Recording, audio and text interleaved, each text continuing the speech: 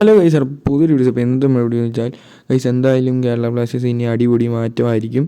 കാരണം പുത്തൻ കോച്ചാണ് വന്നിട്ടുള്ളത്.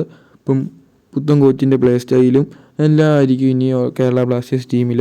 എന്തായാലും നല്ല മാറ്റം കാണും. പിന്നെ ഈ കോച്ചിൻ്റെ പ്രത്യേകത എന്ന് വെച്ചാൽ ഡിഫൻസ് നന്നായിട്ട് നോക്കും.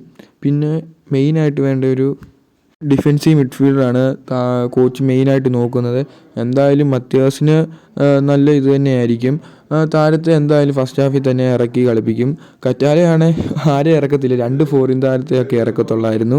ഗൈസ്, കോച്ച് പറയുന്നതെന്ന് വെച്ചാൽ മാക്സിമം പ്ലേയേഴ്സ് കളിക്കുമ്പോൾ ഇടണമെന്നാണ്. 100% ഇട്ട് കളിക്കണം, എന്നാൽ മാത്രമേ നമുക്ക് വിജയിക്കാൻ പറ്റത്തുള്ളൂ. ഗൈസ്, അടുത്ത കളി ഇനിയും ഡൽഹി ആയിട്ടാണ്.